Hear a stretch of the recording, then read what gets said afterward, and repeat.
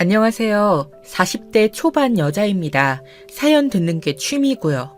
간단히 부업으로 일하던 것이 잘 돼서 조금씩 확장하고 확장하다가 지금은 남편보다 더 잘 벌고 있습니다. 남편이 오죽하면 자기도 회사 그만두고 제가 하는 사업 같이 해볼까 하면서 진지하게 고민된다고 할 정도입니다. 그런데 혹시 여러분 이런 말 아시나요? 내가 잘 될 때는 가족한테도 숨기는 게 좋다는 말이요. 그게 시기와 질투로 이어져 저를 죽음의 공포까지 몰아넣게 될 줄은 차마 몰랐습니다. 저는 아무런 악의 없이 제 수입을 궁금해하는 가족들에게 이야기했고, 그게 저의 발목을 잡을 줄은 여러분, 아무도 믿을 사람 없다는 말과 잘된 것, 돈 많이 번 것은 주변에 말하지 않는 게 맞다는 걸 이번 저의 사연을 통해 꼭 명심하셨으면 좋겠습니다. 하지만 저는 운 좋게도 죽음의 문턱에서 살아남았고 제 인생을 건 복수를 시작했습니다. 끝까지 저의 사연 들어주시면 핵폭탄급 통쾌함을 느끼실 수 있을 거라고 생각합니다. 저의 사연 많은 분들이 들어주실 수 있도록 모두 좋아요와 구독 한 번씩 부탁드리겠습니다. 저는 20대 후반 남편과 결혼하고 큰딸, 작은딸, 막내아들 3명을 낳아 혼자 육아하면서 제대로 된 직장을 가질 수는 없었습니다. 가정주부로 아이들을 키우는 데 전념했고 그렇게 아이들을 키우느라 보낸 기나긴 육아의 시간은 어느덧 17년이 넘어 있었습니다. 첫째가 고등학교 1학년, 둘째가 중학교 1학년, 셋째가 초등학교 6학년이 되자 드디어 저한테도 시간이 생기기 시작하더라고요. 처음에는 우체국에서 일하는 공무원이 정년도 보장되고 그때까지 안정적으로 할 수 있을 것 같아서 계리직을 준비했었습니다. 집에서 온라인 강의를 들으면서 공부를 열심히 했고 한국사 1급도 땄습니다. 그러다가 남편 회사가 어려워지게 되었고 생활비로 돈이 급박하게 필요해서 결국 돈을 많이 벌 수 있다는 보험, 카드사 이런 곳들을 전전하게 되었습니다. 그렇게 공부의 끈을 놓게 되었고 어느 정도 그 돈으로 저희 가족은 생활비를 마련하여 생계 유지를 할 수는 있었습니다. 그러다가 다시 남편 회사가 이전보다는 괜찮아져서 다시 계리직 준비를 위해 공부를 시작해야 하나 고민하고 있었습니다. 그런데 첫째 딸이 저한테 그러는 겁니다. 엄마, 나는 엄마가 우리 셋 키우느라 그동안 엄마 하고 싶은 거 못하면서 살아왔잖아. 엄마, 우리 생계를 위해서가 아니라 진짜 엄마가 하고 싶은 일 해봤으면 좋겠어. 이제는 그래도 되지 않을까? 우리 소미가 많이 컸구나. 엄마 생각도 다 해주고 고마워. 그렇게 이야기해줘서. 사실 엄마도 고민 중이야. 어떤 일을 해볼지. 계리직 준비가 맞는 건지 고민도 되고. 우리 딸이 이렇게 먼저 이야기해주니까 너무 고맙네. 요즘에는 스마트 스토어랑 쿠팡? 그런 걸로 온라인에서 쇼핑몰 하면 돈 많이 번다던데. 엄마, 이런 길도 있으니까 꼭 안정적으로 공무원을 해야 되는 건 아닌 것 같아서 한번 말해봤어요. 내가 엄마라면 도전해볼 것 같아요. 우리 소미는 어쩌면 이렇게 똑똑하대. 누굴 닮아서. 고마워. 엄마도 한번 알아보고 결정할게. 당연히 똑똑한 우리 엄마 닮은 거지. 아, 이러면 아빠가 서운해하시려나? 난 엄마 아빠 딸이잖아. 난 엄마가 무얼 하든 응원해요. 진짜야. 알지. 엄마한테는 엄청나게 든든한 힘이 되는걸? 고마워, 우리 소미. 첫째 딸이 언제 이렇게 다 컸지 하는 생각과 함께 제가 진짜 원하는 게 뭔지 한번 진지하게 고민해봐야겠다는 생각이 들었습니다. 안정적으로 남편의 회사에서 혹시 월급이 줄어들거나 은퇴를 하더라도 제가 일하고 있으면 적어도 끊기지는 않으니까 그런 생각을 해서 우체국에서 일하는 계리직을 택해서 공부하고 있었던 것이었거든요. 사실 저한테 제일 중요한 건 저희 가족과 함께 돈 걱정 없이 사는 것이었고 돈이 있어야 안정도 있고 행복할 수도 있다고 생각했습니다. 사실 계리직도 초봉이 그렇게 높은 편은 아니고 세월이 쌓일수록 천천히 봉급이 높아지는 것은 사실이었습니다. 그래서 한번 첫째 딸 소미가 얘기해준 대로 인터넷으로 할 수 있는 사업들에 대해서 제대로 찾아보게 되었고 고맙게도 유튜브에는 그런 것들을 먼저 해보고 알려주는 유튜버들이 많이 있더라고요. 그래서 그걸 착실하게 따라해보기 시작했습니다. 처음에는 어렵고 난해했지만 공부한다고 생각하고 하나하나 모르는 건 검색해보고 찾아보면서 하다 보니 못 해낼 건 없었습니다. 저는 스마트 스토어와 쿠팡 2개 모두 시작했습니다. 처음에는 스마트 스토어로 시작해서 물건 하나씩 많이 등록하는 데에 초점을 맞추어서 하나씩 해나갔습니다. 그렇게 2달 동안 수입이 없어서 포기할까도 했었지만 어느새 1개, 2개씩 팔리기 시작하는 겁니다.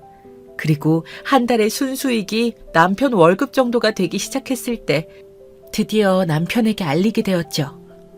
여보, 나 드디어 성공했어. 하고 싶었던 일을 찾은 것 같아.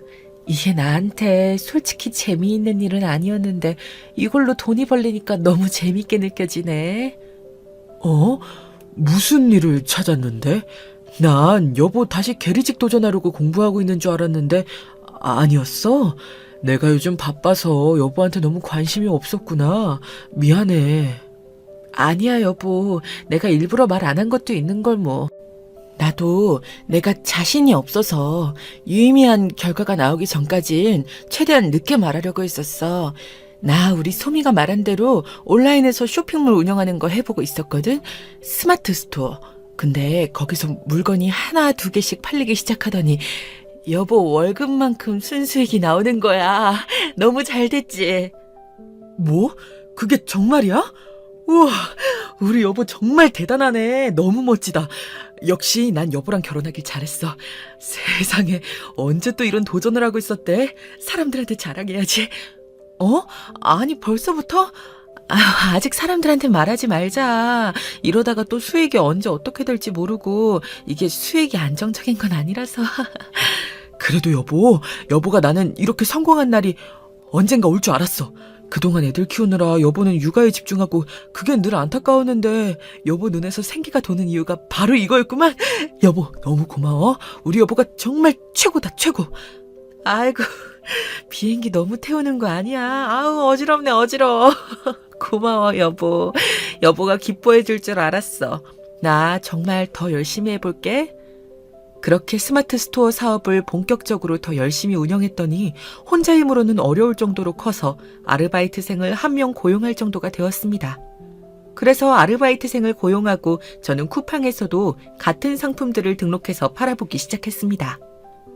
스마트 스토어에서 한번 잘 팔리기 시작한 저희 상품들은 쿠팡에서도 불티난 듯 팔리게 되었고, 쿠팡을 시작하면서 저는 아르바이트생을 2명으로 늘리고 안정적으로 남편의 수입보다 높은 수익을 매달 가져갈 수 있게 되었습니다. 매출이 아니라 순수익으로 이 정도 시스템을 만드는 데는 2년이라는 세월이 걸렸지만 저는 너무나 잘한 선택이라고 생각합니다. 출퇴근을 하지 않아도 되면서 제가 원할 때 일할 수 있었고, 또 무엇보다 제가 하는 만큼 돈이 벌린다는 게 참 재미있더라고요. 회사에 다니면 제가 열심히 일하든 안 하든 월급은 크게 변하질 않잖아요. 돈 버는 재미에 집중해서 저희 온라인 쇼핑몰 사업을 열심히 키워나가느라 새는 소문을 막을 틈은 없었습니다. 저희 남편이 너무 좋았던 나머지 가족들하고 친구들한테 다 말해버린 게 화근이었습니다. 오죽하면 그동안 왕래가 없던 먼 동네 아줌마들까지 저한테 찾아와서 어떻게 했는지 가르쳐달라고 할 정도였습니다. 사실 저보다 더 잘 팔고 잘 버는 사람들이 많은데도 말이죠. 소문이라는 게 참 무섭고도 빠르더라고요. 저는 그래서 그런 분들을 수강생으로 받고 본격적으로 저의 노하우를 가르쳐주는 일도 하게 되었습니다. 사실 제가 어릴 적부터 꿈이 선생님이었거든요. 그런데 돈을 벌게 되니 돈 버는 방법을 가르쳐주는 선생님으로도 일할 수 있다는 게 저에게는 꿈만 같은 일이었고, 사람들을 가르치고 도와주는 데에서 오는 행복감은 온라인 쇼핑몰에서 버는 돈과는 비교도 안 되는 행복으로 다가왔습니다. 우리 소미 덕에 엄마가 꿈을 이룬 것 같아. 정말 고마워, 소미야. 엄마가 잘해서 그런 거지. 난 별로 한 것도 없는데 뭐. 엄마 어릴 적 꿈이 선생님인 거 할머니한테 다 들었어. 근데 엄마가 지금부터 공부해서 선생님을 하는 건 힘들 것 같았고. 그래서 하고 싶은 걸 해보라고 막연히 말했던 건데 난 엄마가 너무 자랑스러워. 우리 소미가 엄마보다 더 어른 같네. 할머니한테 언제 들은 거야, 엄마 어릴 적 꿈 얘기는. 하여간 우리 소미도 알아줘야 된다니까. 맞아. 우리 소미 응원 덕분에 온라인 쇼핑몰에 도전하게 되었고 열심히 돈 벌다 보니까 그 방법과 노하우로 다른 사람들 가르치는 선생님이 되었네. 난 우리 소미도 그랬으면 좋겠어. 소미 하고 싶은 거 다 해. 엄마가 다 지원해줄게. 이제는 그럴 수 있을 것 같아. 엄마, 난 피아노 배우고 싶어. 언제 들어왔대? 우리 소윤이 그럼 당연히 가능하지.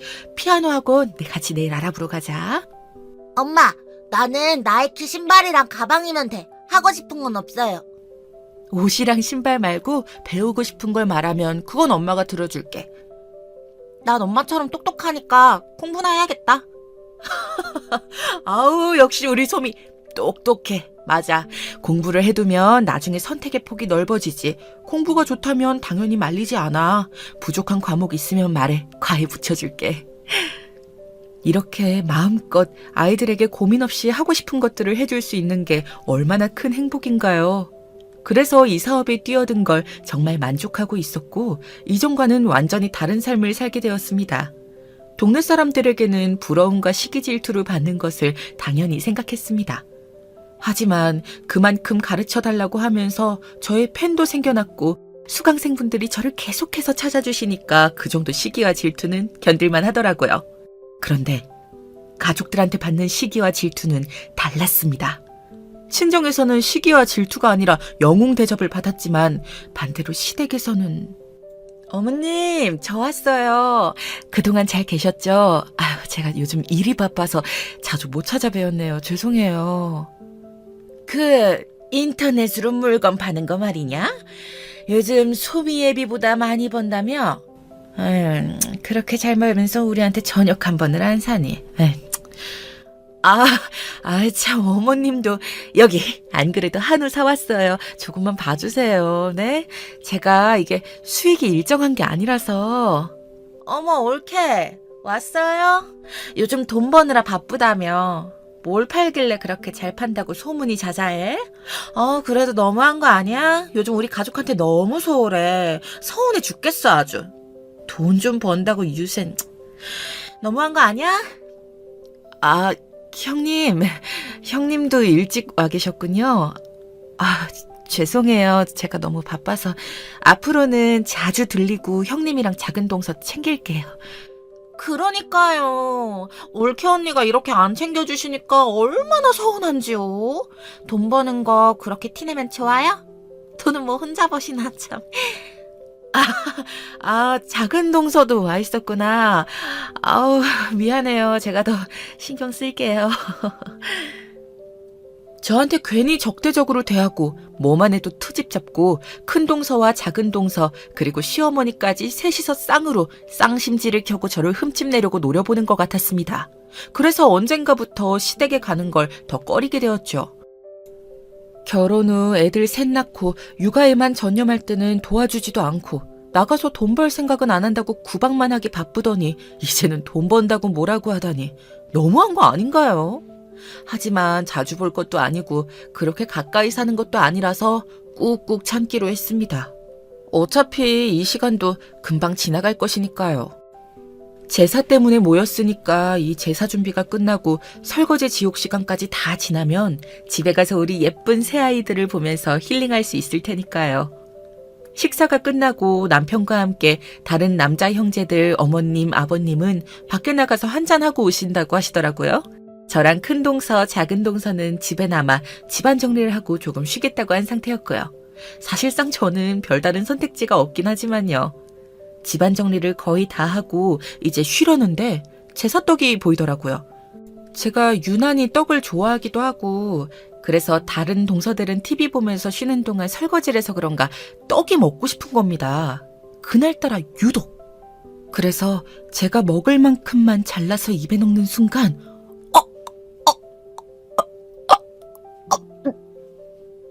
너무 맛있게 먹으려다가 떡이 목에 걸려서 넘어가질 않는 겁니다. 그래서 동서들 앞으로 달려가서 괴로운 얼굴로 좀 도와달라고 바둥거리기 시작했습니다. 정말 아찔한 상황이었습니다. 떡이 목에 걸려서 숨도 못 쉬겠는 거예요. 그런데 저를 본 동서들은 혼자 고상한 척 다 하더니 그새를 못 참고 혼자 떡을 먹으니까 이렇게 목에 탁 걸리지. 꼴 좋다. 어머, 정말 꼴 좋네요. 그동안 꼴 보기 싫어서 죽는 줄 알았는데. 형님, 이건 하늘이 주신 기회가 아닐까요? 이대로 냅둬보자고요. 그럴까? 이대로 죽으면 나 몰라라 하면 되잖아. 우리는 TV 보느라 몰랐다고 하면 되고. 역시 똑똑하단 말이야. 숨도 못 쉬고 죽어가는 저를 향해 비웃던 큰 동서와 작은 동서. 정말 악마가 따로 없더라고요. 정말 죽을지도 모르겠는 급박한 상황에서 제 머릿속에 든 생각은 오직 하나였습니다. 악마 같은 너희들, 내가 가만 안 둬. 어떻게든 저 악마 같은 동서들에게 복수를 해야겠다고 생각하고 이 악물고 안간힘을 쓰자 얼굴이 더욱 빨개지더니 겨우겨우 떡을 뱉어내서 간신히 살아날 수 있었습니다. 간신히 살아난 저를 보며 동서들은 아쉽다는 듯이 입맛을 다시더군요. 이게 사람으로서 할 수 있는 짓일까요? 저는 절대 아니라고 생각했습니다. 정말 죽는 줄 알았네. 뭐야, 안간힘을 쓰더니 결국 살아난 거야? 아, 쓸데없이 명줄만 길어가지고. 참나. 살아났으니 뭐 떡 빼느라 고생했네. 올케는 참 좋겠어. 숨 넘어갈 줄 알았는데. 운도 좋아. 아니, 올케 언니 눈치도 없이 정말 죽다 살았네요. 축하해요. 올케 언니가 스스로 떡을 빼낼 줄 알았어요.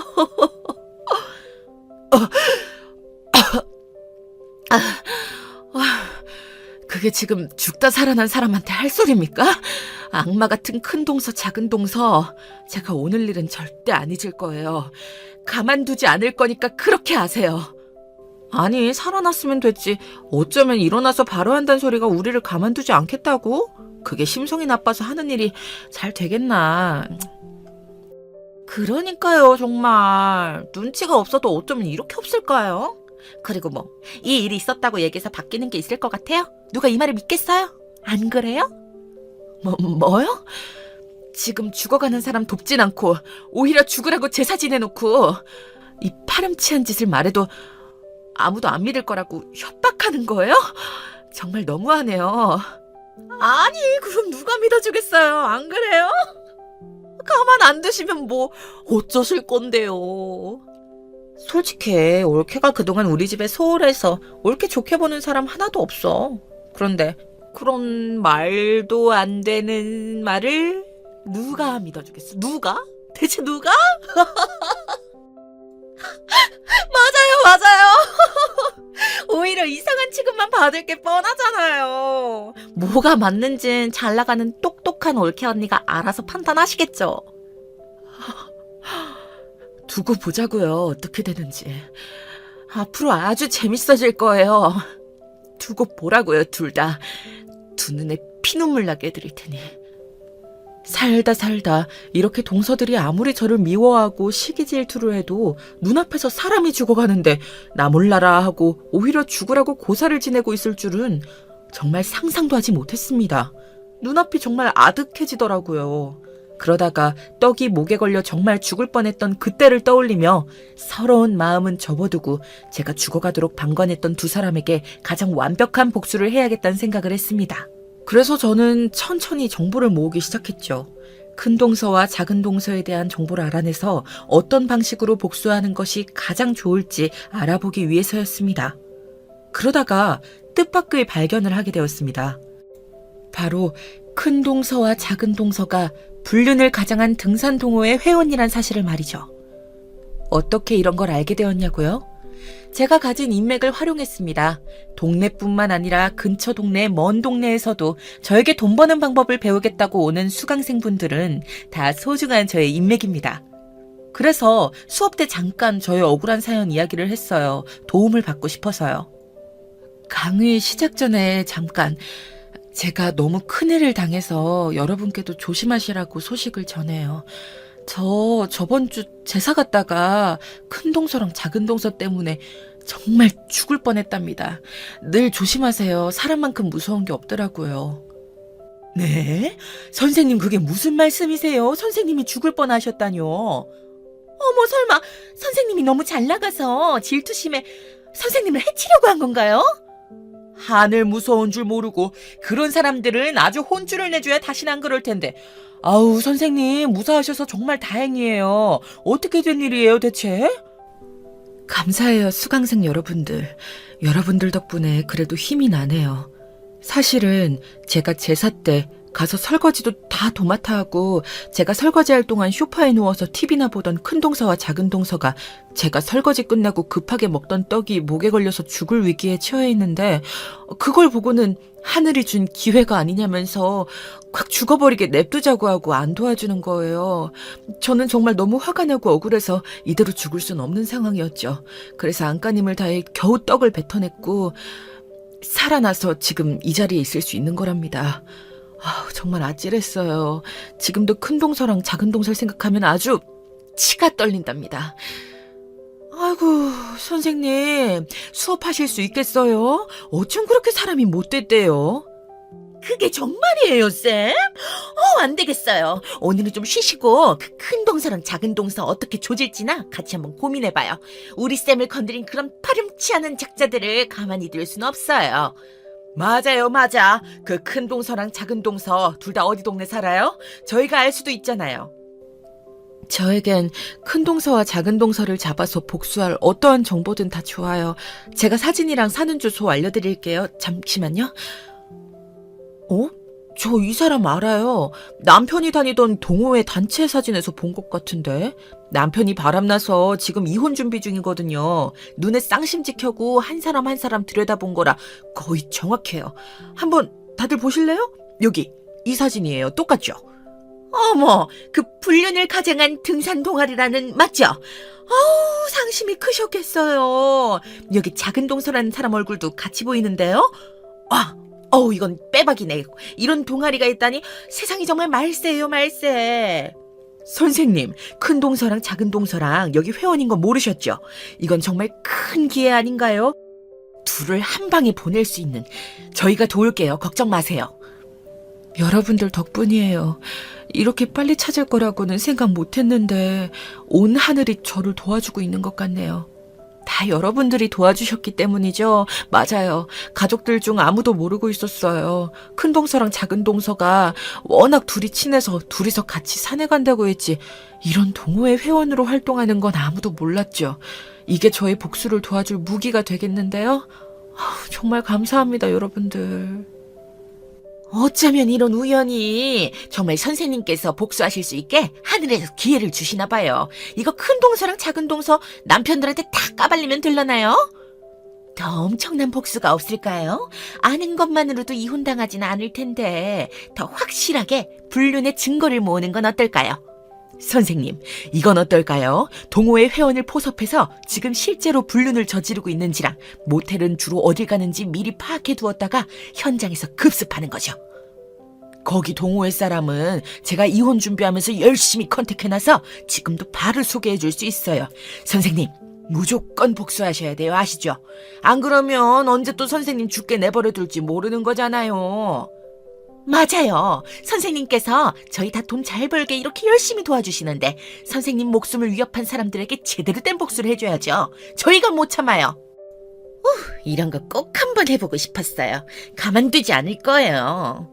그럼 우리 한번 작전을 같이 짜볼까요? 우선 동호회 사람 컨택 맡아주시고 미행할 차도 한 2대 마련해서 큰 동서 팀 하나, 작은 동서 팀 하나 이렇게 하면 어떨까요? 큰 동서랑 작은 동서랑 둘 다 파트너가 있을 텐데 따로따로 움직일 거라 한쪽만 쫓으면 분명히 놓칠 거예요. 그러네요. 역시 똑똑하셔. 그러면 저랑 이렇게 둘이 타고 선생님이랑 이렇게 둘둘 타면 되겠네요. 동선이 최대한 겹치길 바라면서 일단 같이 출발해 볼까요?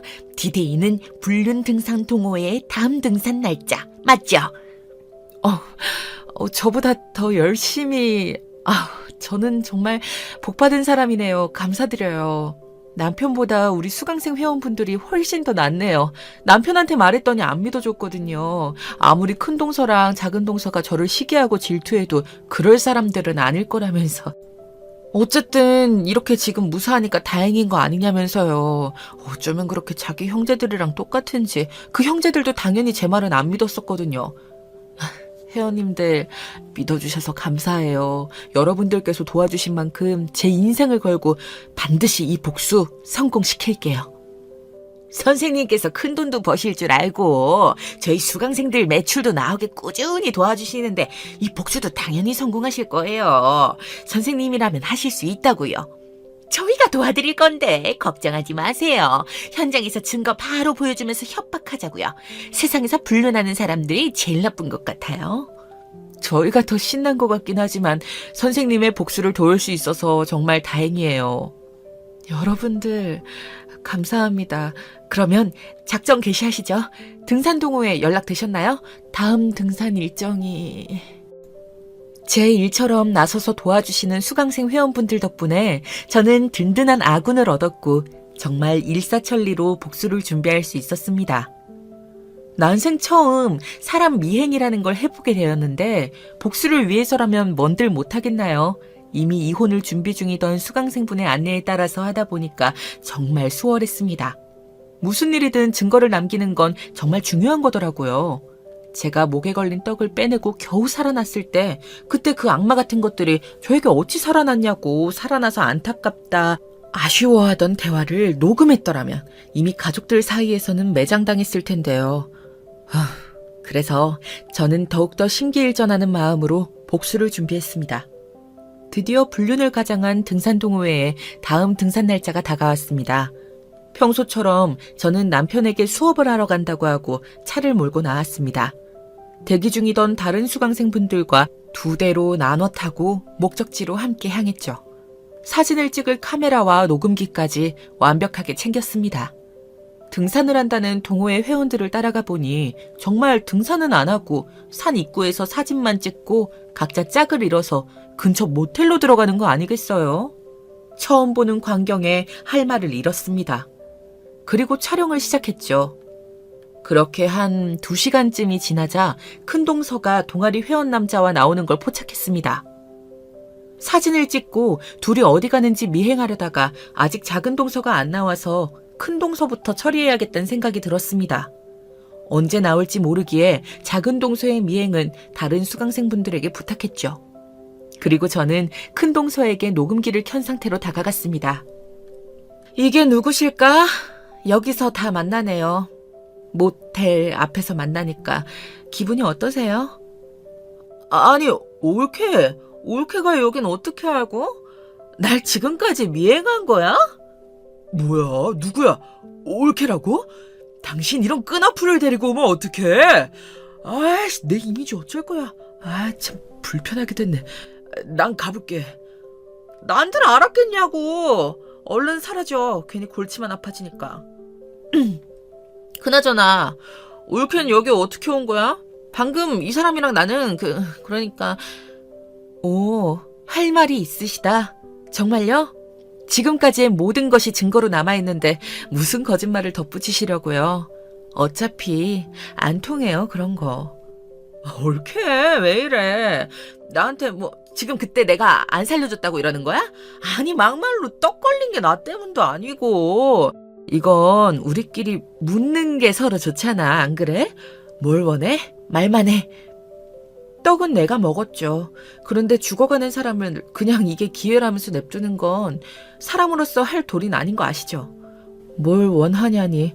정말 찔리는 게 많으신가 봐요?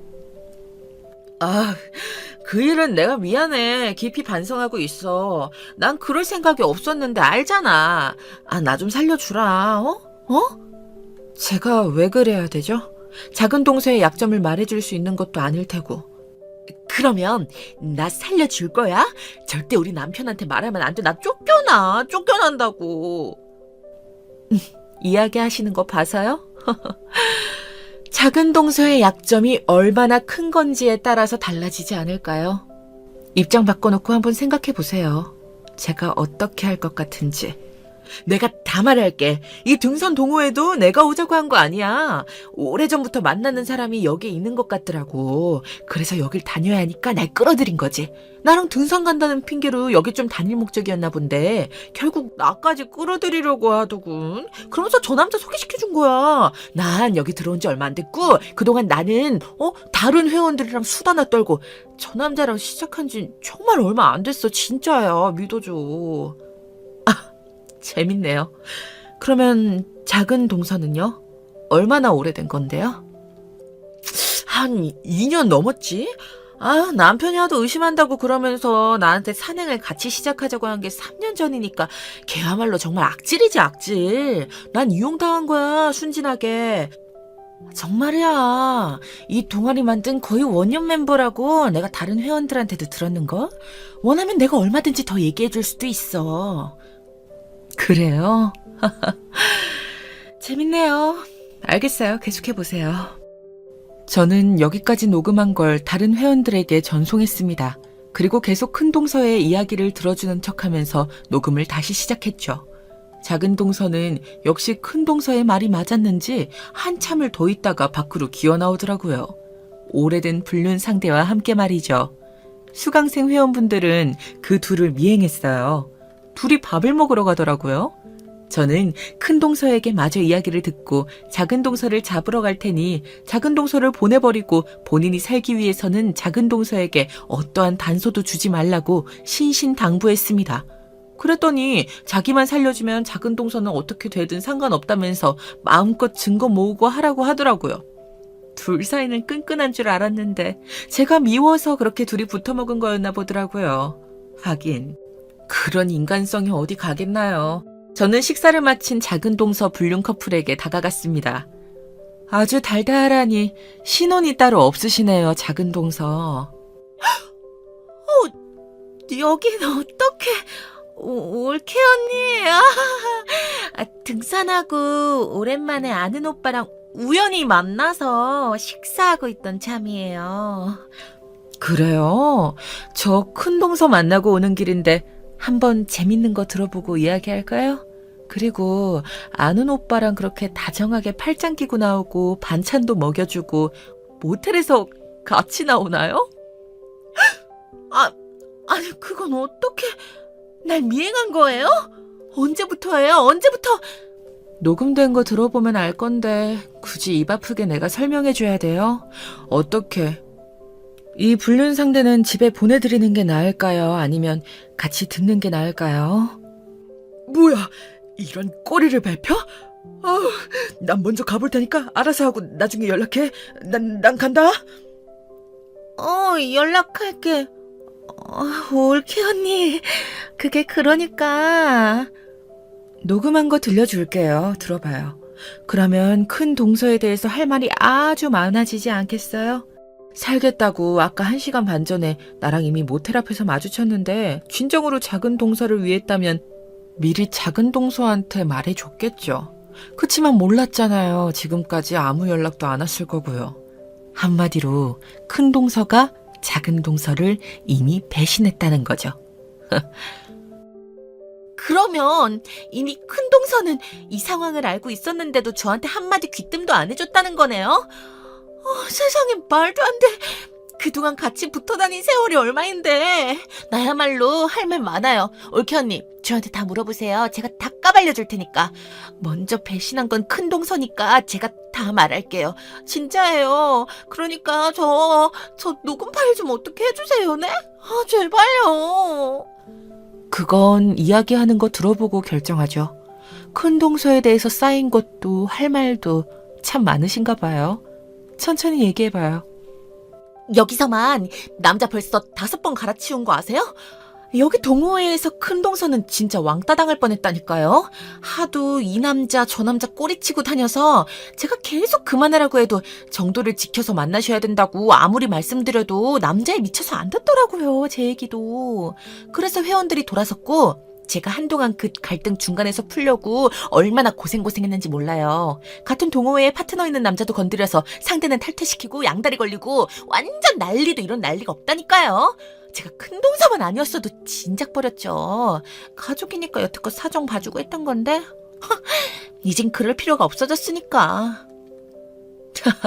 그러니까 작은 동서는 한 상대랑 진득하게 2년 동안 사이좋게 붙어 먹으셨고 눈치 보여서 큰 동서를 끌어들였는데 큰 동서가 오히려 동호회에서 더 길길이 날뛰면서 벌써 남자를 5이나 갈아치웠다는 거네요. 와, 저는 가족들이랑 어떻게든 잘 살아보겠다고 열심히 온라인 쇼핑몰이랑 씨름하고 있을 때 작은 동서랑 큰 동선 바람이나 피고 잘 나간다는 이유만으로 질투하고 쉬게 하고 집안일 다 시키고 심지어 떡이 목에 걸려서 숨도 못 쉬고 죽어가고 있을 때 나 몰라라 하고 오히려 죽으라고 제사 지내고 그런 거네요 지금. 아니, 올케 언니. 그때 일은 잊어줘. 그때 나랑 큰동서가 잠시 미쳤었나 봐. 올케 언니 혼자만 잘 나가니까 온라인 쇼핑몰로 돈 잘 버는 거 너무 유세 떠는 것 같아서 꼴 보기 싫어서 그만. 하지만 이제는 절대 그런 일 없을 거야. 정말이야, 믿어줘요. 지금까지 말한 것도 전부 녹음된 건 알아요? 이제야 인정하시네. 나 죽을 뻔했을 때 그대로 방치한 거, 죽으라고 오히려 옆에서 지켜본 것까지 전부 다. 이거 들고 그대로 시댁으로 갈 거예요. 이혼당할 준비나 하고 계시면 되겠네요.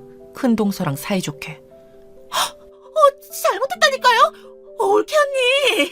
정말 이럴 거예요? 왜 이렇게 말이 안 통해요, 정말. 가지 마요, 제발. 이렇게 빌게요. 네? 무릎 꿇고 싹싹 비든 작은 동설 뒤로 하고 저는 유유히 빠져나와서 당장 시댁으로 달려갔습니다. 지금까지 같이 고생해준 수강생분들께도 감사 인사를 드렸죠. 이번 달 수강료는 제가 쏘려고요. 언제 또 이렇게 저 위에 같이 발벗고 나서줄 사람들을 만날 수 있겠어요. 도움을 받았기에 당연히 베푸는 게 맞다고 생각합니다. 일이 정리되고 다 같이 비싼 곳에서 식사하기로도 약속했습니다. 수강생분들은 너무 과분하다고 거절하시려 했지만 제가 너무 감사해서 안 되겠더라고요. 시댁에 가서 먼저 어머님 아버님한테 녹음 파일을 들려드리고 어머님 아버님께서 직접 아들들에게 이야기하시라고 말씀드리고 왔습니다. 그날 바로 불려가서 마누라들 단속을 대체 어떻게들 하고 다니는 거냐고 엄청 깨졌다고 하더라고요. 저를 안 믿어주던 남편은 그제서야 저한테 미안하다고 하더라고요. 여보, 내가 그때 여보 말 안 믿어준 거 정말 미안해. 난 너무 말도 안 되는 일이라고 생각해서 그랬어. 나한테까지 화난 건 아니지. 형이랑 동생한테 들었는데 불륜 등산 동호회? 그거였다며, 형님이랑 재수씨가. 참, 어떻게 이럴 수가 있는지. 이걸 다 여보가 밝혀낸 것도 대단하고 그동안 마음고생했을 걸 생각하면. 이제야 믿어주는 거야? 증거가 있으니까? 그래, 나 여보마저도 말도 안 되는 일이라고 내 말 무시하고 안 믿어줄 때 정말 속으로 이를 갈았어. 그리고 날 죽게 내버려둔 큰 동서랑 작은 동서한테 정말 내 인생을 걸고 복수를 해야겠다고 다짐했지. 복수 과정은 생각보단 수월했어. 나한테 소중한 사람들이 모두 날 도와줬거든. 난 정말 복받은 사람이야. 소중한 사람들 누구? 내가 도움이 되지 못해서 미안해. 당신이 바르게 다른 사람들 도우면서 가르쳐주면서 사니까 당연히 그 복이 여보한테 돌아온 게 아닐까? 정말 다행이야. 바람피는 형수님이랑 재수씨 증거도 찾아주고 형이랑 동생은 둘 다 이혼하겠다고 길길이 날뛰더라. 그럴 줄 알았어. 나 같아도 그러겠다. 둘 다 2년 넘게 그러고 있었는데.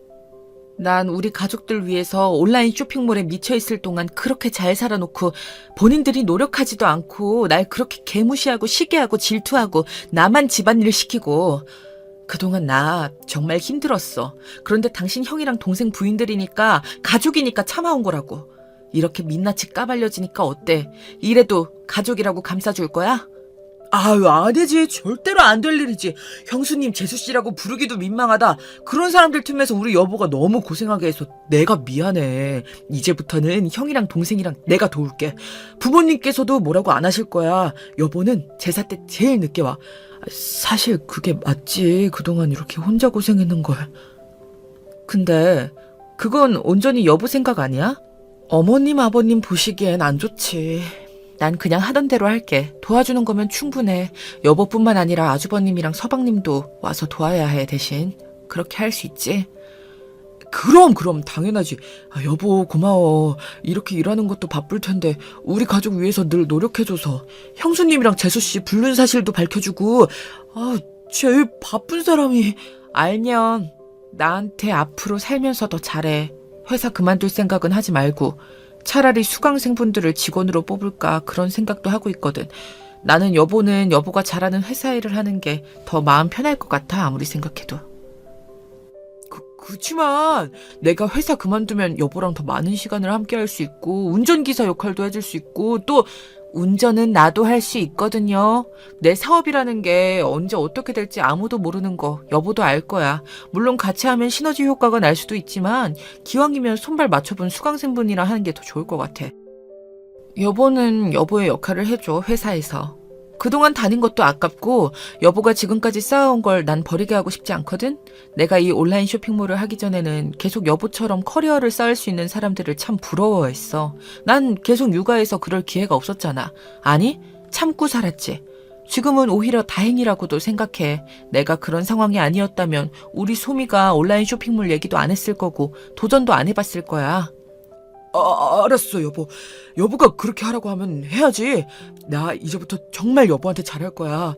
그동안 정말 미안했어 여보. 그런 마음고생하게 한 것도 다 미안하고 나 다시 회사 착실하게 다닐게. 사업하다 힘든 거 있으면 언제든 말하고 회사 그만둔다는 소리 안 하고 내 능력 안에서 최대한 도울게. 말만 해. 이제야 듬직한 내 남편답네. 고마워. 아주버님이랑 서방님 혹시 이혼 소송 때문에 걱정이시면 우리 수강생 중에 이미 그 불륜 동호회 때문에 이혼한 분이 있으니까 소개해준다고 미리 얘기해줘. 아마 지금은 화나서 제정신 아니실 텐데 이럴 때일수록 침착하게 정리해야 하더라고. 우와, 형이랑 동생이 엄청 좋아하겠다. 고마워 여보. 어쩜 이렇게 똑소리 날까. 나야말로 정말 우리 여보 덕에 복받은 사람인 게 확실하다니까. 당장 얘기하고 올게. 여보 피곤할 텐데 조금 쉬어. 난 이제 좀 쉴게. 아니지. 그동안 못했던 업무 해야겠다. 여보, 얼른 다녀와. 이건 한시라도 빨리 아는 게 유리하니까. 여기 내가 말한 이혼하셨다는 내 수강생분 연락처야 카톡으로 보내놨어. 고마워 여보. 꼭 여보가 도와준 거라고 얘기할게.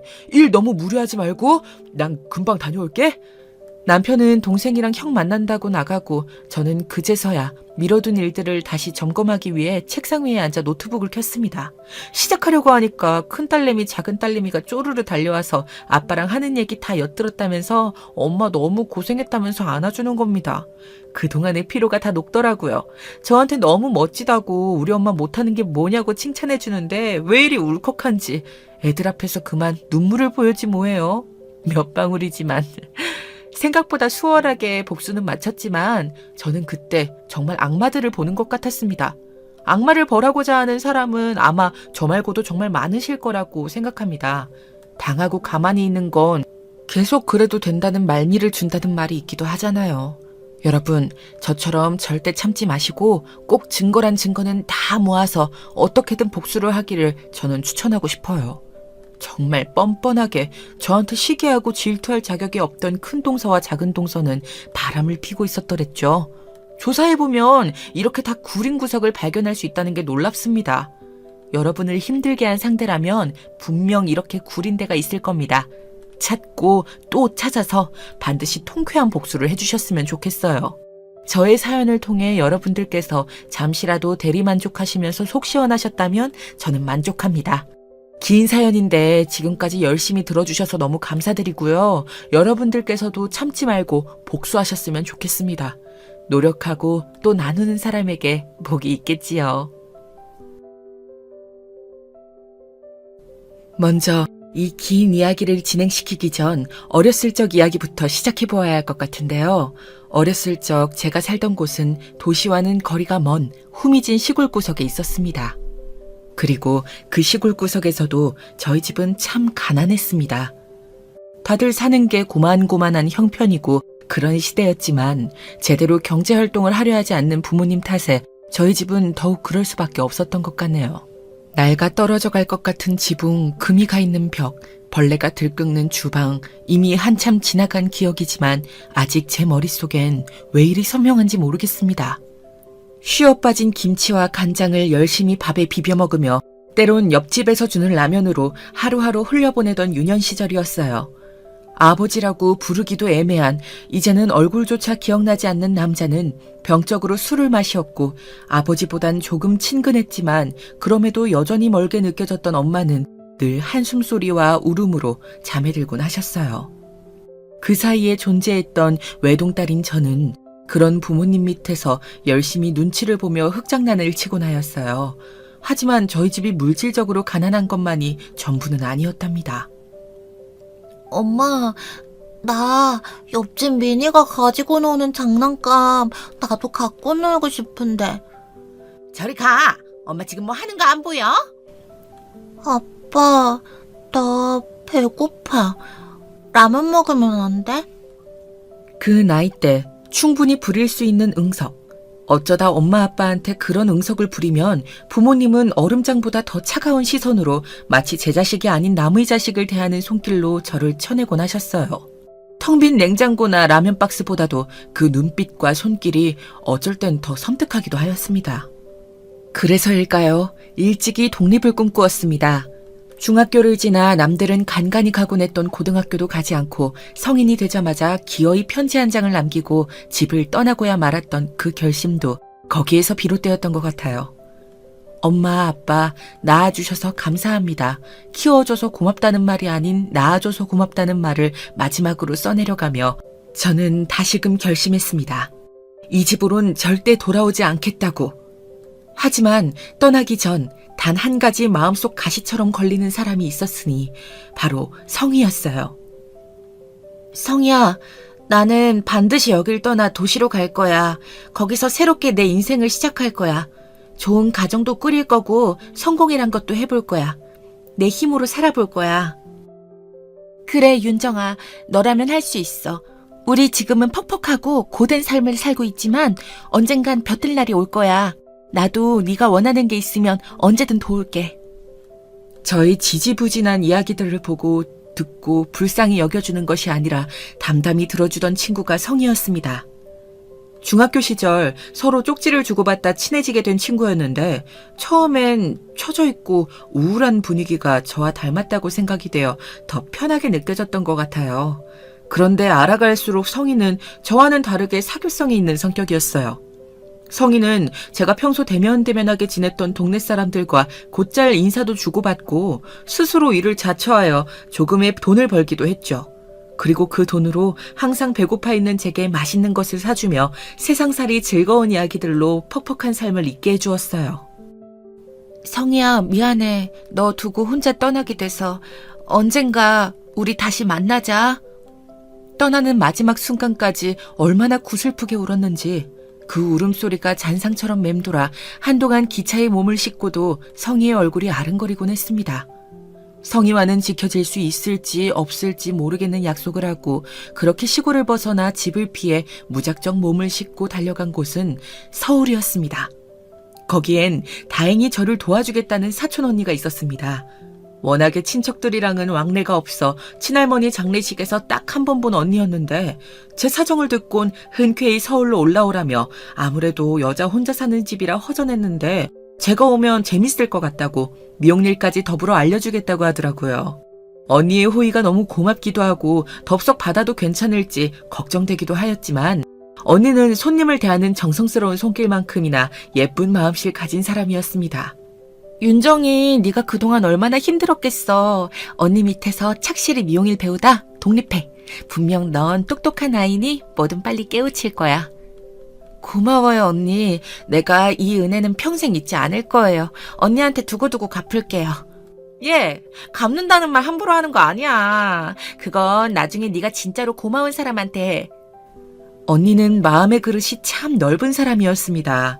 그런 언니를 보면 고향에서 알고 지낸 성희가 생각이 날 때가 있어 문득문득 편지를 보내기도 했습니다. 밤중에 어둑해진 미용실에 앉아 서울 생활의 힘든 점이나 옛날 우리가 나누었던 대화들, 이런 자질구레한 것들을 적어 보내는 시간이 저의 소소한 행복이었죠. 며칠 후 도착할 성희의 답장을 기다리는 것도 설레는 일이었고요. 하지만 늘 그렇듯 처음 가보는 길이 쉬울 리 없잖아요. 미용일이 고된 만큼 성희와의 연락은 조금씩 줄어들었어요. 성희가 서운해하겠네. 얼른 편지를 써야 하는데. 근데 오늘은 너무 피곤하다. 일찍 잠들고 싶어. 특히 언니의 미용실이 확장 이전을 하면서부턴 졸린 몸을 이끌고 침대에 몸을 던져 하루를 마감하는 게 일상이 되어버렸습니다.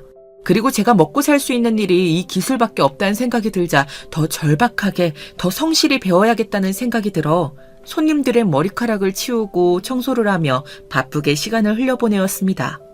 그렇게 제가 서울에서 지내기를 3년쯤 되었을까요? 23, 청춘의 시기. 제가 남편을 만나게 된 건 바로 이 시기. 본격적으로 미용일에 손이 익으면서였습니다. 당시 언니가 지병으로 가벼운 수술을 받고 집에서 쉬고 있을 적이라 제가 직접 미용실을 관리했는데 한 남자 손님이 문을 열고 들어왔어요. 저 남자 머리도 잘 잘라주시죠? 제가 지금 면접을 보러 가야 하는데 어제 머리를 자른다는 걸 깜빡해서요. 빨리 부탁드려도 될까요? 면접이요. 어쩌죠. 지금 대기 손님들이 있어서. 저 한 번만요. 지금 제가 시간이 정말 없는데 여기 말고 다른 미용실은 10분도 넘게 걸려요. 부탁 좀 드리겠습니다. 제발요. 땀을 삐질삐질 흘리며 헐레벌떡 들어온 남자가 코앞에 면접을 앞두고 있는지 너무나 간절한 얼굴로 부탁을 하는 것이었습니다. 미리 기다리고 있던 손님들이 있는 상황인지라 곤란했는데 슬쩍 쳐다보았는데 아유, 청년이 얼마나 급하면 그러겠어. 우린 괜찮으니까 먼저 해줘. 대신 꼭 붙어야 해요. 하면서 흔쾌히 동의를 해주시더라고요. 손님들의 동의로 덩달아 저도 다급해진 마음으로 솜씨를 발휘해 면접에 맞는 머리 모양을 해드린 것 같아요.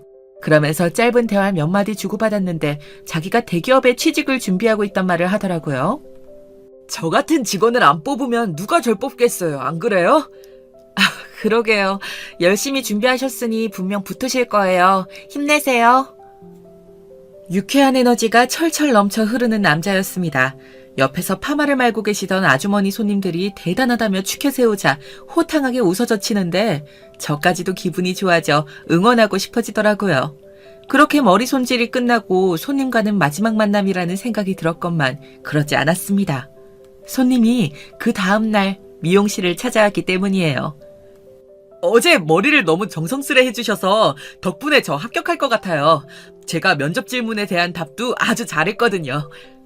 다른 분들이라면 어떻게 생각하실진 모르겠지만 전 아직 결과도 나오지 않았는데 합격할 것 같다고 말하는 이 남자에게서 저는 또 한 번 좋은 에너지를 느꼈고 거기에 이끌리는 제 자신을 느꼈습니다.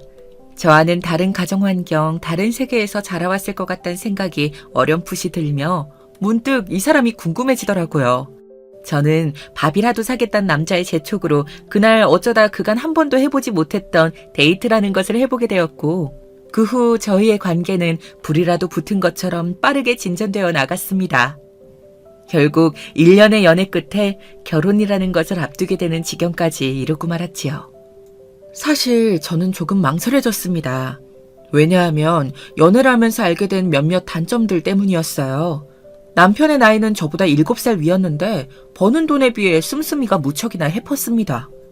남편은 처음 저를 만났을 당시 지원했던 회사에는 결국 떨어지고 작은 중소기업을 다녔는데 거기마저도 이직을 자주 했어요. 얼마를 쓰든 어느 정도 재산을 갖고 계시는 부모님이 어떻게든 뒤처리를 해줄 거란 믿음이 상당히 공고해 보였어요. 그리고 또한 제 시어머니가 되신 분은 이유는 짐작이 되질 않지만 아들에 대한 자부심이 대단하신 분이었어요. 난 내 아들이 뭐 이사며느리 박사며느리 데려오는 것까지 바란 게 아니야. 근데 미용실? 미용일 하는 너랑 내 아들이 어울린다 생각하니? 하다못해 개나 소나 짐승도 다 제 짝이 있고 혈통을 따지는 세상에 어떻게 네가 내 아들을 탐낼 생각을 하니? 사람 비위나 맞추며 사는 며느리는 내 꿈에도 들일 생각이 없어. 거기다 미용사면 월급도 몇 푼 못 벌 텐데 우리 아들 허리가 얼마나 휘겠니? 생각만 해도 끔찍하다. 어머니, 중간에 말 끊어 죄송합니다. 그런데 경제적인 부분에서 부족함이 없다는 부분 먼저 말씀드리고 싶어서요. 6개월 전에 이미 저는 제 미용실 차려 독립했고 한 달 수입도 이 정도 됩니다. 물론 어머님이 원하시는 조건과는 맞지 않겠지만 저도 열심히 일을 해나가고 있고 앞으로도 종철 씨와 생계를 유지하고 사는 데는 별 문제 없을 거라 생각됩니다. 이 돈이 네가 진짜 버는 돈이란 말이야? 그러니까 그 머리 만지면서 이만큼이나 돈을 번다고? 아니, 어떡해? 참 놀라운 일이죠. 제가 친정과 연을 끊고 산 것, 미용일을 하는 여자라는 것, 그 모든 것을 마음에 들어 하지 않았던 시어머니는 제 미용실의 한 달 수입을 보자 그만 말씀을 흐리셨습니다. 당시 저는 사촌 언니의 도움을 받아 미용실을 개업했는데 작은 규모이긴 했지만 목이 좋은 곳에 가게를 연 탓인지 입소문을 타고 손님들이 줄줄이 이어져 바쁘지만 금전적으로 아쉽지 않은 하루하루를 보내고 있던 와중이었습니다. 저는 이미 어머니께서 저를 반대한다는 이야기를 남편에게 들어 만반의 준비를 하고 간 자리였고 어머니의 반응을 보아하니 통장을 보여드리는 방법이 통한 것 같았습니다. 그럼 결혼 허락한 걸로 알고 앞으로 종철 씨랑 저 행복하게 잘 살아볼게요. 감사합니다, 어머님. 시어머니는 한참이나 멍한 눈으로 제가 현관 밖으로 나갈 때까지 쳐다보시기만 했습니다. 참고로 시아버진 별 말씀이 없으셨어요. 처음부터 끝까지. 집안일 자체는 무심해 보이셨달까요? 아무쪼록 그렇게 집에서 나온 후 남편은 환호성을 터뜨렸어요. 사실 그전까지 남편도 정확한 제 수입을 모르고 있었기 때문에 나오자마자 자기 정말 이 돈을 번 거야? 왜 그동안 말 안 했어? 대단하다. 우리 자기 대단해 하며 몇 번이나 축하 세웠어요. 그때야 부부가 될 거라면 경제적인 것도 당연히 공유해야 한다고 생각했기에 통장 잔액을 공개한 게 문제가 될 거라 생각하지 않았어요. 훗날엔 아주 큰 문제가 되었지만 말입니다. 그 후 2년 끄는 친정 부모님에게 겨우 연락을 해 간소하지만 불편한 상견례를 진행했고 무조건 좋은 호텔에서 결혼식을 올려야 한다는 남편과 시어머니의 강경한 주장에 힘입어 원하지 않던 화려한 결혼식까지 올렸습니다. 하지만 결혼의 시작이 불행의 시작이란 말처럼 문제가 터지기 시작했습니다. 일단 그 시작은 결혼식장에서 친구분과 주고받은 시어머니의 대화를 제가 엿들은 것으로부터 시작이 되었는데요. 아니, 친정과 연 끊고 살았다며, 며느리가. 그래, 상견례장에서 잠깐 봤는데 사돈들 양반들이 어찌나 후지든지 무슨 이상한 것 저 거적대기를 걸치고 왔더라고.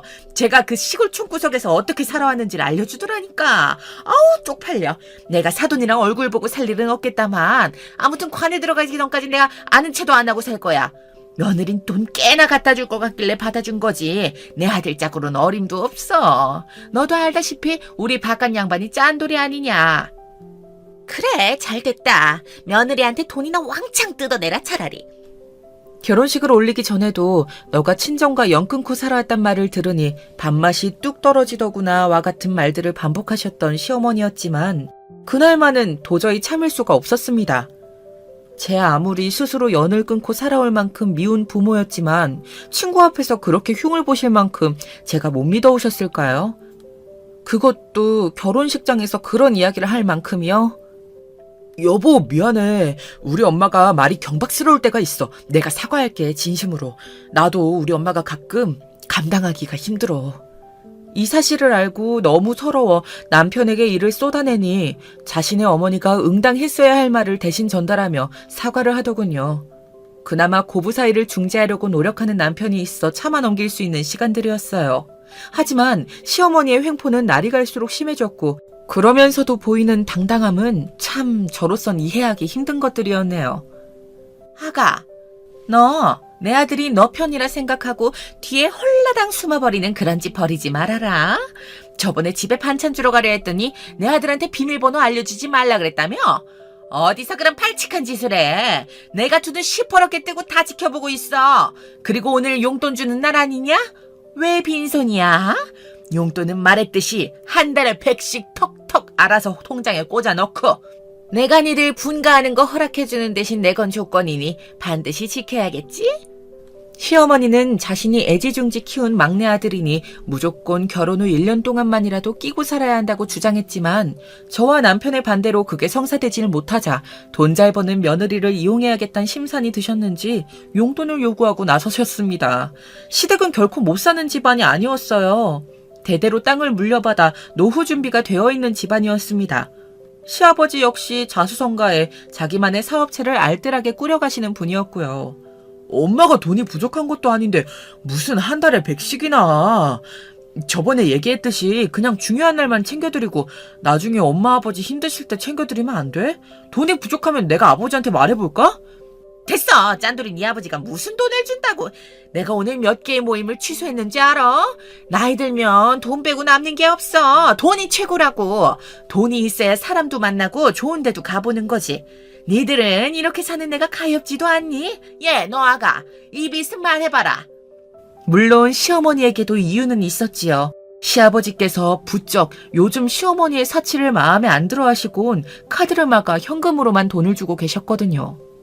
어머님, 용돈 드릴게요. 대신 어머님께서도 지켜주셔야 할 부분은 있어요. 그래야 저희가 가족으로서 부딪히지 않고 잘 살아갈 수 있을 것 같아요. 작성해 왔는데 한번 읽어봐 주실 수 있으세요? 속으로 시아버지께서 현명하시단 생각은 들긴 했지만 내색하지 않고 전 제가 적어온 종이들을 내밀었습니다. 그걸 보자 시어머니는 난리가 났고 거품을 물고 쓰러질 듯 저를 노려보셨어요. 제가 건넨 건 다름 아닌 시어머니께서 지키셔야 할 것들이 담긴 종이였지요. 사실 신혼생활을 시작한 지 무려 1년도 되지 않은 시점에서 시어머니는 부부 사이의 영역을 정말 많이 침범하셨습니다. 예를 들어 남편에게 비밀번호를 알려달라고 한 뒤 신혼집에 무작정 들어와 속옷이며 냉장고며 다 마음대로 뒤집어 놓고 가는 것은 예사였고, 그러고 나선 남편 속옷색이 남편 취향과 맞지 않는다, 상해가는 음식이 여직 냉장고에 있으면 어떡하냐 등등 온갖 메시지들을 보내셨어요. 그러고도 기분이 풀리지 않는지 친정에서 못 배워 먹어서 이러는 거라면 내 100번 1000번 부처의 마음으로 이해하려 하지만 그럼 시애미한테라도 와서 배우는 노력을 해야지 어디 노력도 없이 내 아들을 꽁으로 얻으려들여, 이런 문자들을 보내곤 하셨습니다. 그럴 때면 시어머니는 도대체 아들을 무슨 거래의 대상이나 조건으로 생각하고 있는 게 아닐까 하는 의구심이 들기도 했습니다. 아니면 그저 제가 미워 어떻게든 흠을 잡으려 드시는 것이거나요. 하지만 무엇이 되었든 간에 저는 속상했고 화가 났습니다. 어머님, 잘 읽어보시고 이대로 지켜주셨으면 좋겠어요. 나름 강단을 보여주기 위해 전달한 종이였습니다. 하지만 그게 커다란 실수가 될진 몰랐지요. 그때였습니다. 도저히 겪고도 믿기지 않을 일이 일어났습니다. 한쪽 뺨이 얼얼해지며 입안에 피맛이 돌더라고요. 앞을 보니 시어머니가 그 투박한 손으로 저를 강타하시고도 씩씩거리고 계시더라고요. 어디 대학도 못 나온 겨우 미용일이라 하는 계집애 간 내 아들을 잡아먹어서 이런 숨을 겪게 해? 엄만 정말 미쳤어. 아니 도대체 왜 이래? 어떻게 엄마 며느리를 때려? 맞아야지. 맞아야 정신을 차리지. 이렇게 근본도 없는 것들은 소돼지 짐승들처럼 쳐맞아야 돼. 다행히 시아버지가 오셔서 하다못해 며느리한테 손을 올리는 건 두고 보지 못하시겠다며 크게 시어머니를 혼내셨고, 덕분에 시어머니는 한참 동안 잘못했다 비셔야 했습니다. 하지만 남편의 위로든 무엇이든 이미 제가 시어머니에게 뺨을 맞았던 사실은 변함이 없었기에 마음이 풀리질 않았습니다. 풀릴 리가 없지요. 그 후 한동안 시어머니를 보고 살고 싶지 않아 명절이든 어느 때든 가지 않았어요. 폭풍 같은 사건이 한 차례 지나가고 시어머니로부터 완전히 단절되어 남편과의 시간에만 집중하기로 했습니다. 그것이 정신건강에 훨씬 이로울 것 같았어요. 그런데 그러던 어느 날 남편이 갑자기 회사를 그만두고 싶다고 말하더라고요. 지금의 회사가 자기와 맞지 않고 직원들의 사고방식도 너무나 고리타분하다면서요. 여보, 아직 1년도 안 다닌 회사잖아. 조금 있으면 연봉 협상도 할 수 있을 텐데 조금만 참고 다녀봐. 돈이 문제가 아니야. 당신도 알다시피 나는 회사 체질이 아니야. 그리고 당신이 엄마랑 소원해지는 바람에 나 집에서 지금 어떤 지원도 못 받고 있어. 그러니 내가 사고 싶은 시계도 하나 못 사는 인생 살고 있잖아. 그러니 그냥 나 사업할 수 있도록 돈을 주든 해줘. 당신 돈 잘 벌잖아. 얼마 전부터 사고 싶은 시계가 있는데 못 사고 있다며 노래를 불러대던 남편이 갑자기 퇴직을 하고 사업을 하고 싶다는데 얼마나 황당한가요? 그것도 사업의 사자도 모르는 사람이 말입니다. 제가 안 된다고 강하게 반대하고 나서자 남편의 목소리는 고성이 되어갔습니다. 아니, 내 인생인데 내 맘대로 못해? 당신 돈 잘 벌잖아. 남들은 돈 잘 버는 마누라 있으면 뭐든 하나 차려서 떵떵거리면서 한다 하더라. 너는 그거 하나 못해줘서 남편 기를 죽게 만드냐?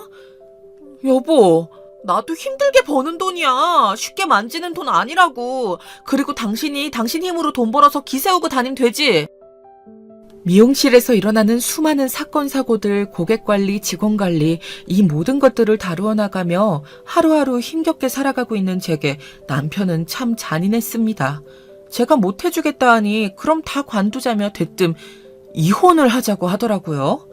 자기가 하고 싶은 사업이 있고 계획서까지 작성해둔 상태인데 지원해주지 않으면 우린 더 이상 함께할 수 없다고 말입니다.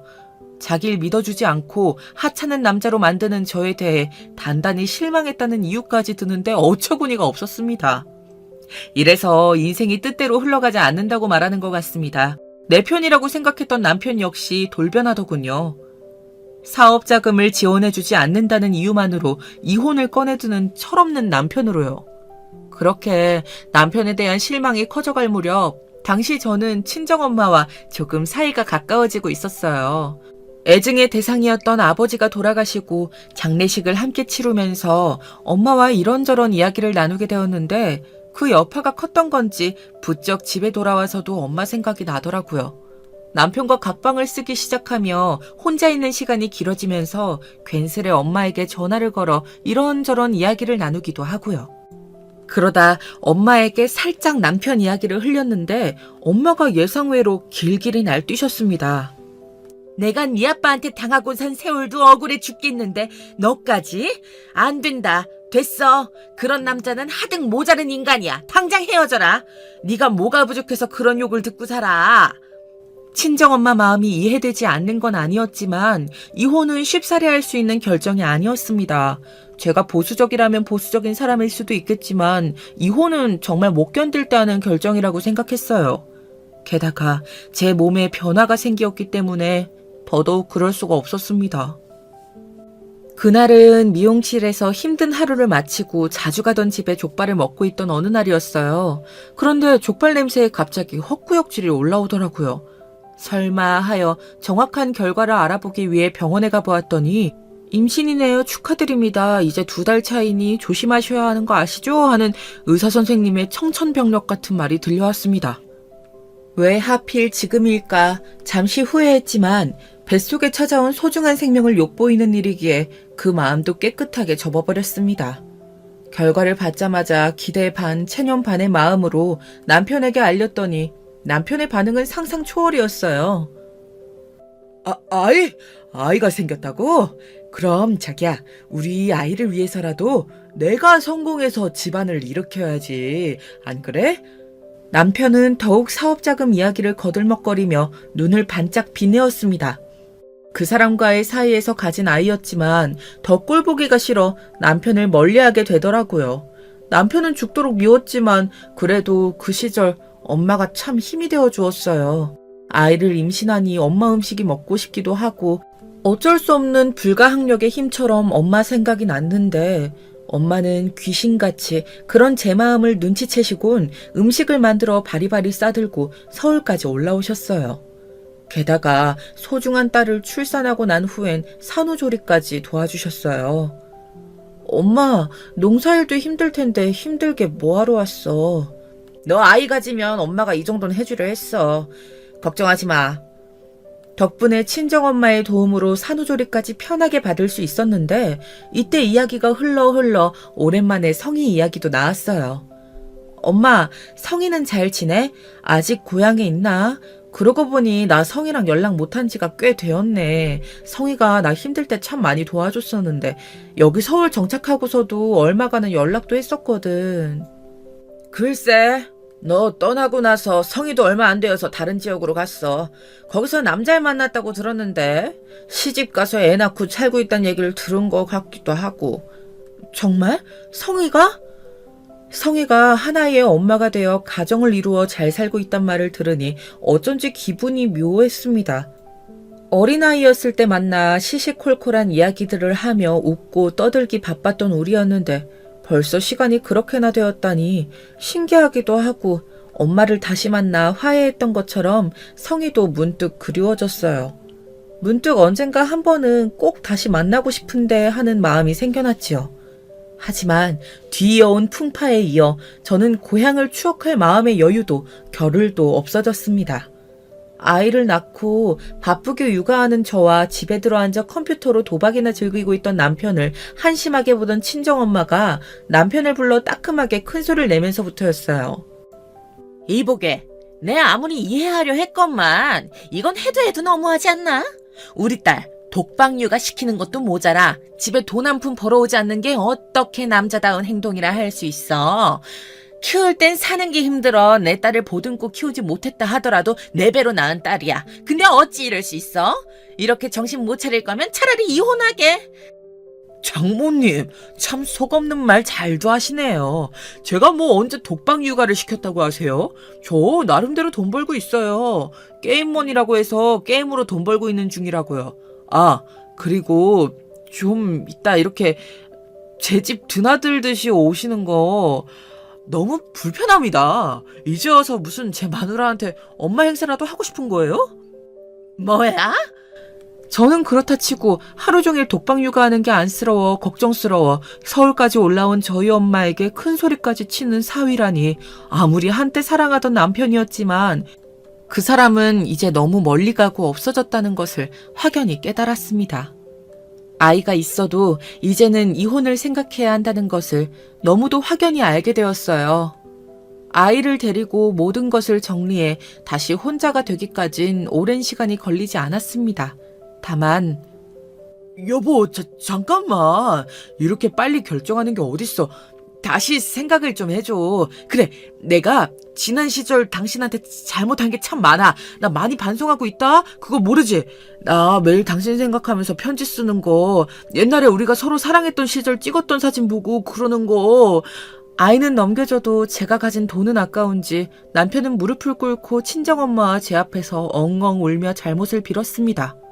그런다고 흔들릴 마음이었다면 애초에 이혼을 선택하지도 않았거늘 전 남편은 한결같이 어리석은 사람이었습니다.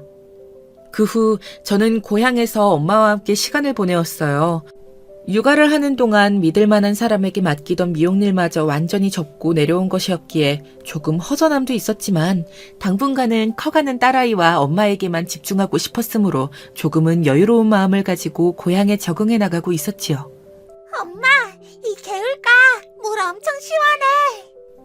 그러게 시원하네. 할머니도 오라 하자. 좀 이따 여기 근처에서 할머니랑 수박 먹을까? 좋아. 딸아이는 하루가 다르게 커갔는데 제가 자란 고향에서 엄마와 저의 보호 아래 행복한 기억을 안고 자란다는 것이 어쩔 땐 참 신기했어요. 엄마 역시 손녀를 끔찍이도 아껴주셨지요. 딸아이가 뭔가를 잘못 먹은 건지 갑자기 밤에 열이 나 숨을 잘 못 쉬고 있을 때 딸아이를 들쳐업고 병원까지 달려간 것도 엄마였어요. 그러면서도 너한테 해준 게 없으니 이거라도 해줘야지 라고 중얼거리는 엄마의 말을 들으면 그렇게 가슴이 저려왔습니다. 그런데 그런 엄마를 한순간에 앗아간 건 바로 달려든 음주 차량이었습니다. 제 입으로 내뱉기도 끔찍하지만 전 남편이 음주하던 음주 차량이었어요. 전 남편은 술을 마시고 가끔 저를 찾아와 다시 돌아오란 말을 하곤 했는데 그날 역시 만취 상태로 차를 몰고 고향 집까지 쳐들어와 저랑 한참 실갱이를 하다 딸아이와 함께 있던 엄마를 그대로 박아버린 겁니다. 저는 이 두 눈으로 그 끔찍한 광경을 다 목격하고 말았습니다. 엄마가 제 딸을 보호하기 위해 서둘러 옆으로 밀쳐버리고 자신이 대신 그 갸냘픈 몸을 던진 것을 말입니다. 아직도 그때의 기억을 생각하면 손이 떨려옵니다. 법이 내린 처벌이랍시고 남편이 몇 년의 징역살이를 하게 된 건 역시 전혀 위로가 되지 않았어요. 오히려 시어머니는 악독스럽게도 니년이 결국은 내 아들을 감방에 보내는구나. 니년이 기어이 내 아들을 진짜 잡아먹었어 하며 저희 엄마 장례식장까지 와서 고성을 질러대시는데 저는 그 순간에도 엄마가 돌아가셨다는 현실이 믿기지 않았어요. 그렇게 허무하게 엄마를 보내고 딸아이를 끌어안고 하염없이 눈물을 흘리는데 하늘이 원망스러웠습니다. 내게 이 세상 단 하나뿐인 친정을 빼앗아간 전 시댁이 죽고 싶도록 미웠지요. 엄마, 우리 이제 할머니 못 봐? 할머니는 먼저 하늘로 가셨어. 우리 지켜보실 거야. 할머니 보고 싶어. 나 할머니가 해주는 김치찌개도 먹고 싶고. 저 역시 우울증이 찾아왔지만 죽음에 대해 이해하지 못하면서도 슬퍼하는 딸을 보면 엄마를 잃은 상실감을 극복해야겠다는 의무감이 들었어요. 힘겹게 마음을 갈무리하고 다시 서울로 향했습니다. 미용 일을 하기 위해서였어요.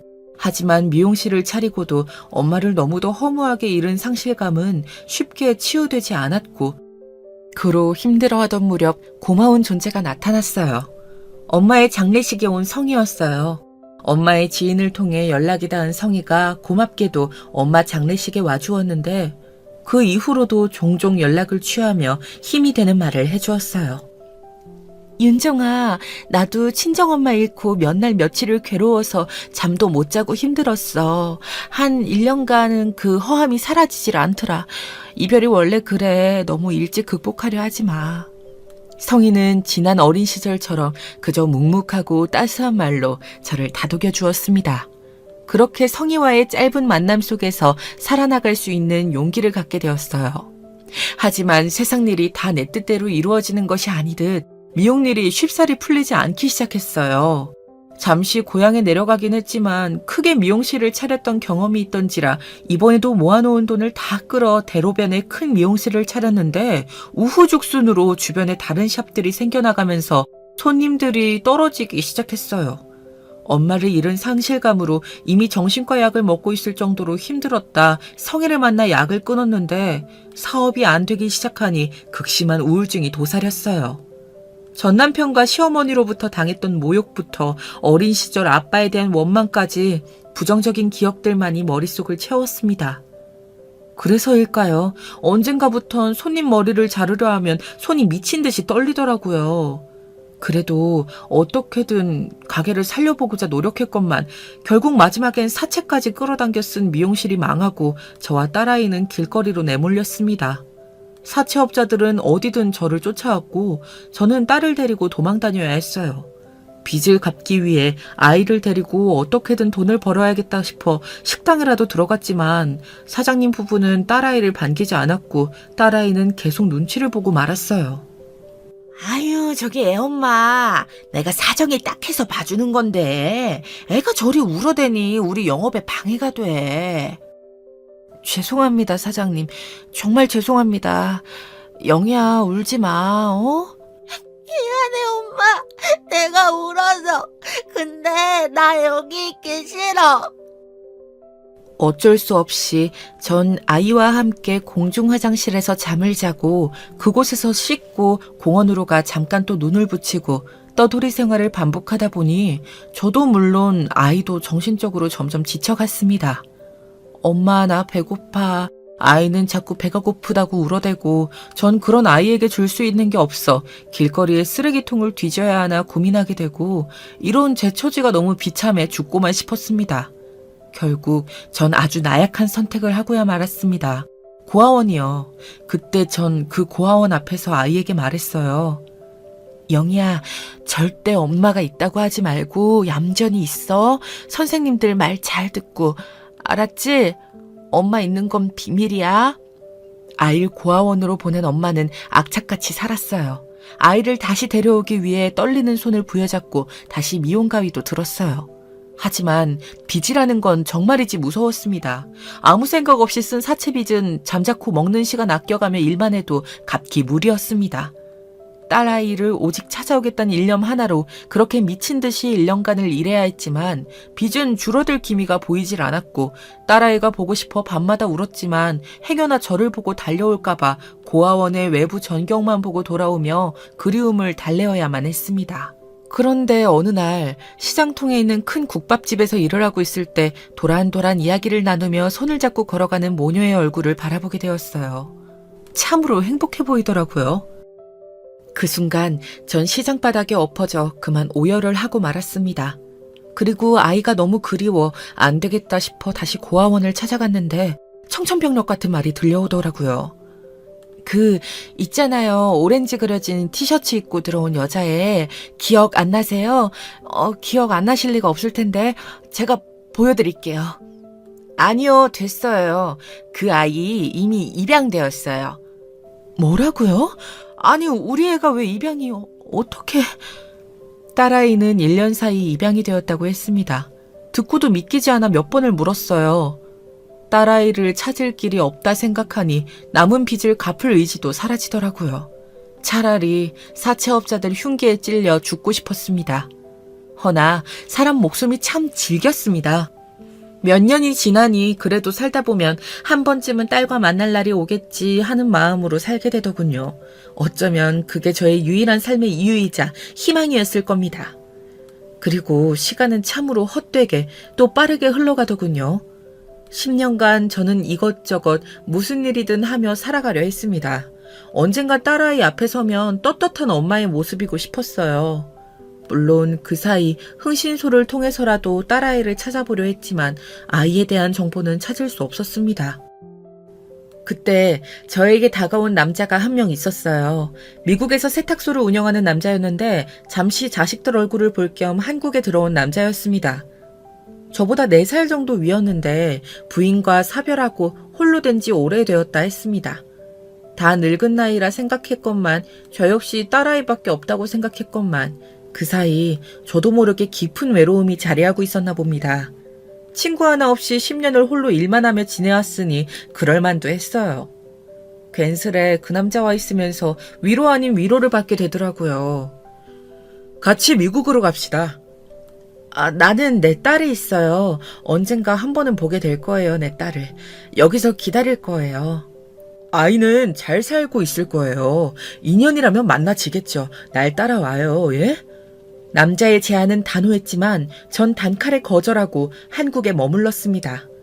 길거리에서라도 우연이라도 딸아이를 볼 수 있다면 그 끈을 놓지 않기 위해 그랬습니다.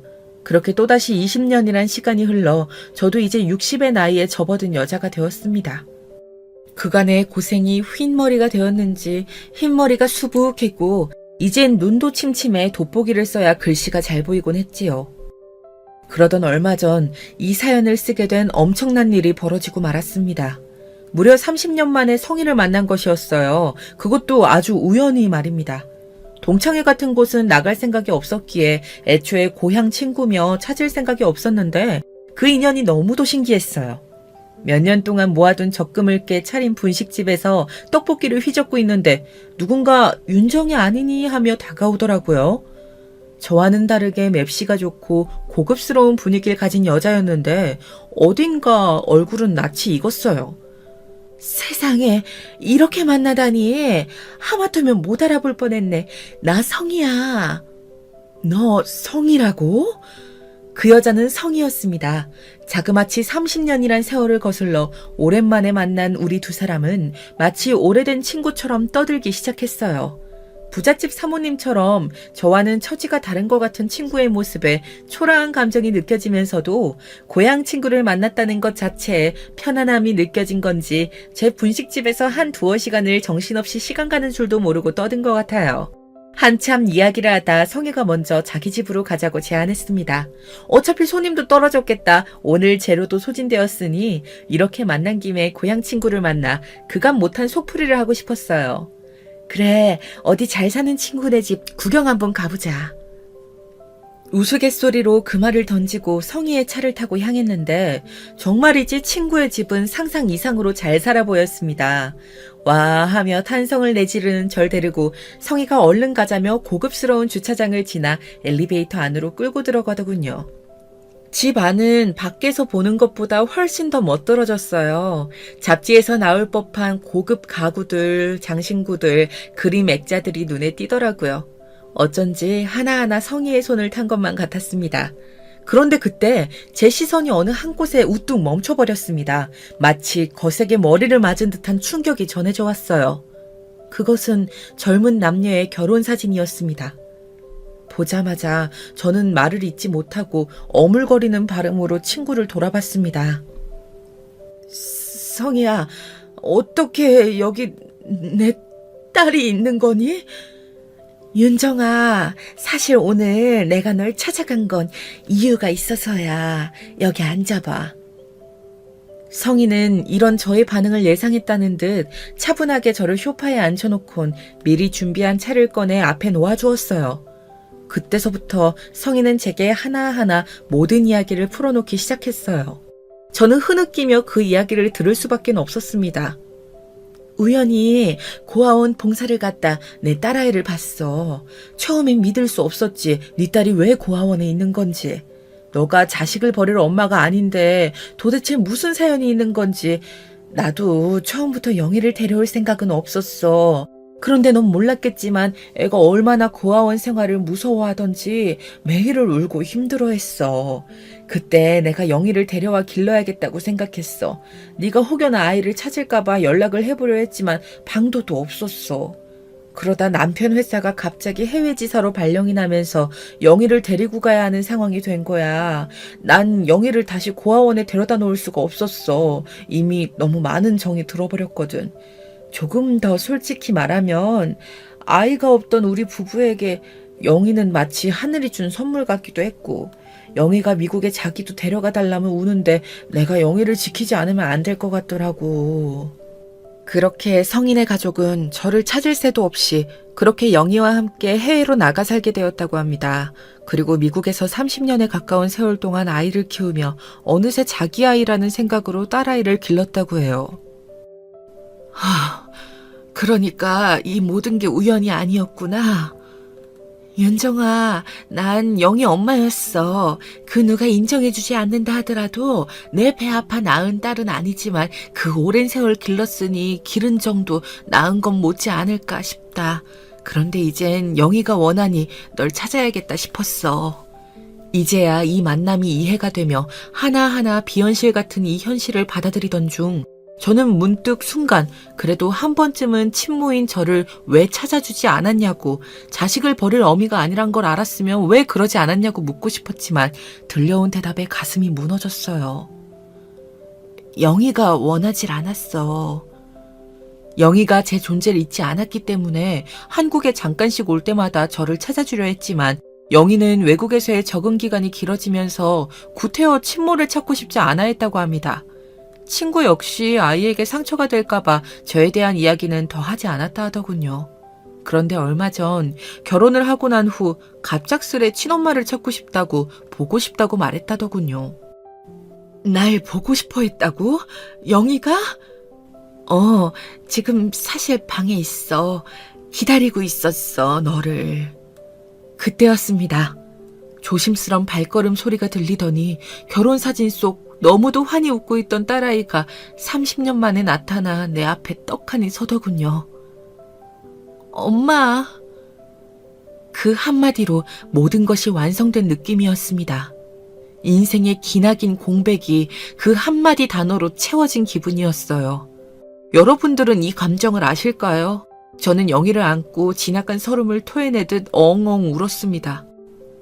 영희는 결혼을 하면서 자신이 저에 대해 가지고 있던 미움이나 원망 같은 감정들을 다시금 생각해보게 되었다 해요. 감정을 정리하는 데 도움을 주었던 건 영희의 남편이었죠. 고아원 출신이었던 영희의 남편이 영희가 저를 이해하고 용서하는 데 도움을 주었다고 합니다. 저에겐 무척 고마운 사위입니다. 요즘 저는 미국 이름인 제시카라는 이름을 가진 영희를 받아들이며 사는 중입니다. 윤정아, 다른 건 몰라도 나 우리 딸 정말 최선을 다해서 좋은 것만 보고 자랄 수 있도록 키웠어. 그리고 이제 내 딸이 널 보고 싶어 하는 만큼 너도 남은 생 동안은 마음껏 영희를 보고 살았으면 좋겠다. 제 그리움을 이해해주는 친구 덕의 말이에요. 친구와도 인연을 유지하며 드디어 딸과 함께 이 소중한 시간을 이어가고 있답니다. 아직은 서로 공유하지 못한 기억들과 추억들이 많기에 나눠야 할 이야기가 많지만 그렇기에 앞으로가 더 설레이고 기대가 됩니다. 이제야 살맛이 나는 하루가 시작되는 기분이에요. 요즘은 가끔 생각합니다. 만약 제가 오래전 만났던 그 남자를 따라 미국에 갔다면 혹여나 길거리에서라도 딸을 만날 수 있지 않았을까? 하지만 그것은 이미 지나간 일이고 저에게 닥친 현재엔 딸이 존재하고 있으니 그것이야말로 진짜 행운이 아닐까 싶어요. 지금까지 저의 긴 이야기 들어주셔서 감사합니다. 마지막으로 저와 딸의 인생에 기나긴 축복이 함께하길 빌어주세요.